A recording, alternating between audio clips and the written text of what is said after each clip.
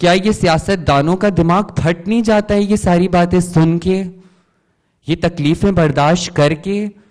تم اللہ کے نام پہ مانگو، تمہیں نہ ملے تو تم کسی غلط کام کی طرف جانا، لیکن پہلے اللہ کے نام پہ مانگو.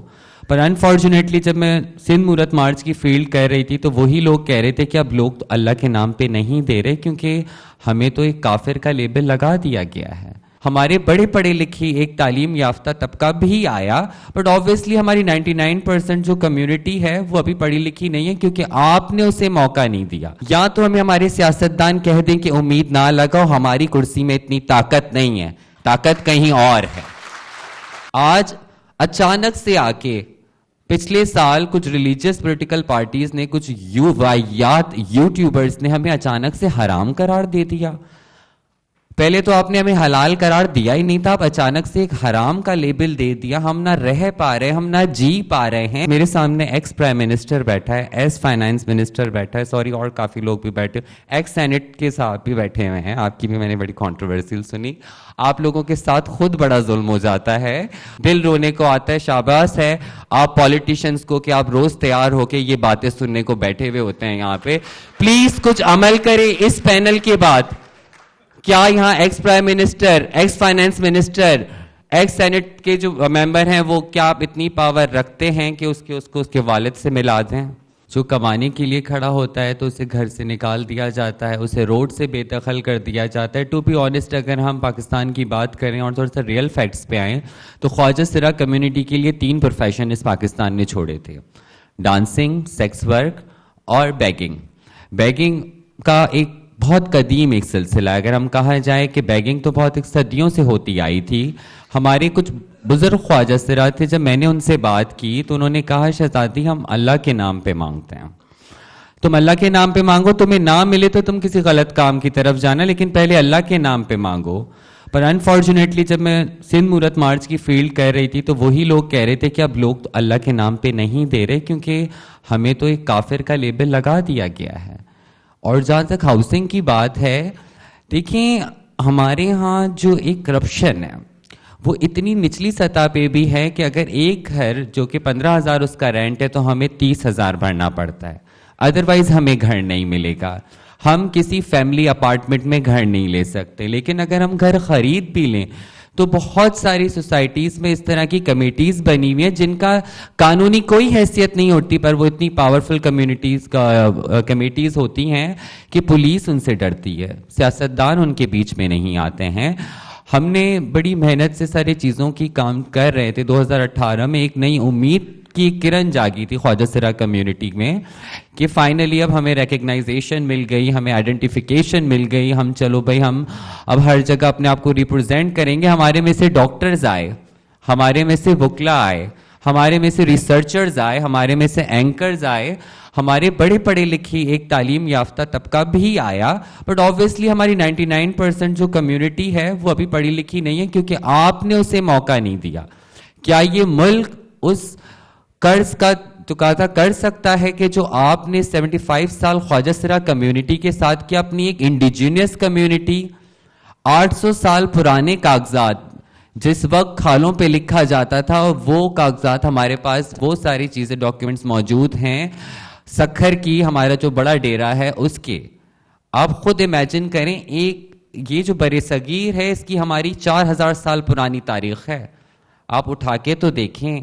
آج اچانک سے آ کے پچھلے سال کچھ ریلیجیس پولیٹیکل پارٹیز نے، کچھ یوٹیوبرز نے ہمیں اچانک سے حرام قرار دے دیا. پہلے تو آپ نے ہمیں حلال قرار دیا ہی نہیں تھا، اب اچانک سے ایک حرام کا لیبل دے دیا. ہم نہ رہ پا رہے، ہم نہ جی پا رہے ہیں. صرف ایک پروفیشن چھوڑ دیا ہے سیکس ورک کا، جو روڈ پہ کھڑا ہوتا ہے. آپ کو اندازہ ہے وہ کس تکلیف سے کھڑا ہوتا ہے، اسے پتہ ہے وہ جانوروں کے بیچ میں کھڑی ہو رہی ہے. ہمارے حالات، ہمارے معاشی حالات، آپ نے معیشت تباہ کر دی.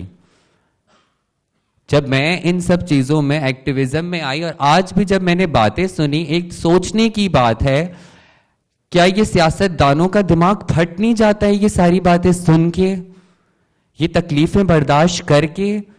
جب آپ سے وہ بلوچ عورت کا 1 سال سے میں اس کو دیکھ رہی ہوں، اور اتفاق سے آپ کے اور میرے پلیٹ فارم سیم ہی ہوتے ہیں، ہم ایک دوسرے کی آواز بنتے ہیں. میں گھر جا کے میں بہت ایک ڈپریشن میں آتی ہوں. آپ لوگوں میں یہ چیز نہیں آتی؟ یا تو ہمیں ہمارے سیاستدان کہہ دیں کہ امید نہ لگاؤ، ہماری کرسی میں اتنی طاقت نہیں ہے، طاقت کہیں اور ہے.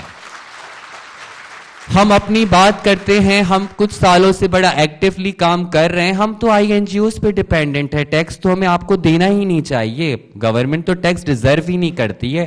ہمارے لیے کام ہی آئی این جی اوز نے کیا ہے. کیا حالات کم ہے پاکستان کے؟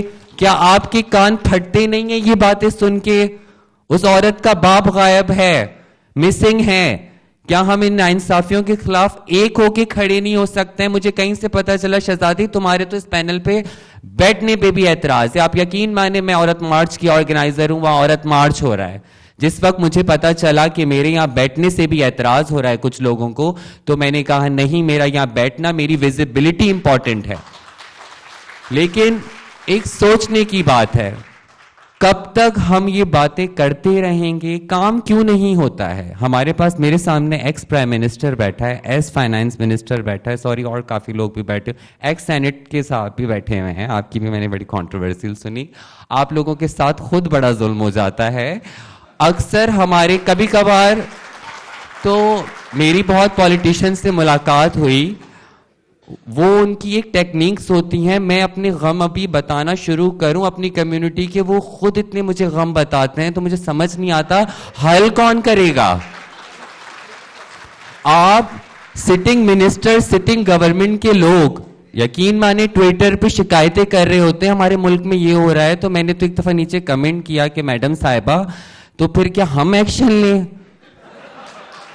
تو میرے خیال سے چیزوں کو بدلنا چاہیے. بہت بڑی ایک محفل لگائی ہے. ہم لوگ بڑے غریب طبقے سے آتے ہیں، ہمارے پاس فائنینشیل ریسورسز نہیں ہوتی ہیں. لوگ کہتے ہیں کہ شہزادی تمہیں بڑا مطلب ایک اعزاز ملا ہے پینل پہ بیٹھنے کا. میرے پاس یہاں آنے کے پیسے نہیں ہوتے. وہ جرمن گوری ایک میرے ساتھ آئی ہوئی ہے، اس نے کرایہ بھرا ہے یہاں آنے کا. آج وہ گورے جنہوں نے ہمیں کرمنلائز کیا، آج وہ گورے ہمارا ساتھ دینے کو تیار ہو گئے. پلیز اپنا مائنڈ سیٹ چینج کریں. آپ کی مائنڈ سیٹ سب سے بڑا مسئلہ ہے. آواز اٹھائیں. میں مانتی ہوں پی ٹی آئی کی گورنمنٹ سے میں تو کبھی اختلاف، مطلب مجھے بالکل نہیں پسند P T I, but still in کی گورنمنٹ جانے کے بعد جو ہماری یوتھ میں تھوڑی سی ایک آگاہی آئی ہے کہ ایکچوئل پاور کہاں ہے، تو کیا اس پاور کے خلاف ہم کھڑے نہیں ہو سکتے؟ ایٹ لیسٹ حق کے لیے. ہم ملک توڑنے کی بات نہیں کرتے، ہم غدار نہیں ہیں. میرا تعلق ایک لیفٹسٹ پالیٹکس سے ہے. میں ان کی باتیں سنتی ہوں، یقین مانے دل رونے کو آتا ہے. شاباش ہے آپ پالیٹیشنز کو کہ آپ روز تیار ہو کے یہ باتیں سننے کو بیٹھے ہوئے ہوتے ہیں یہاں پہ. پلیز کچھ عمل کریں اس پینل کے بعد. کیا یہاں ex prime minister, ex finance minister, ex senate کے جو ممبر ہیں وہ کیا آپ اتنی پاور رکھتے ہیں کہ اس کے والد سے ملا دیں، اس کا کیس کورٹ میں لے آئیں؟ Thank you so much.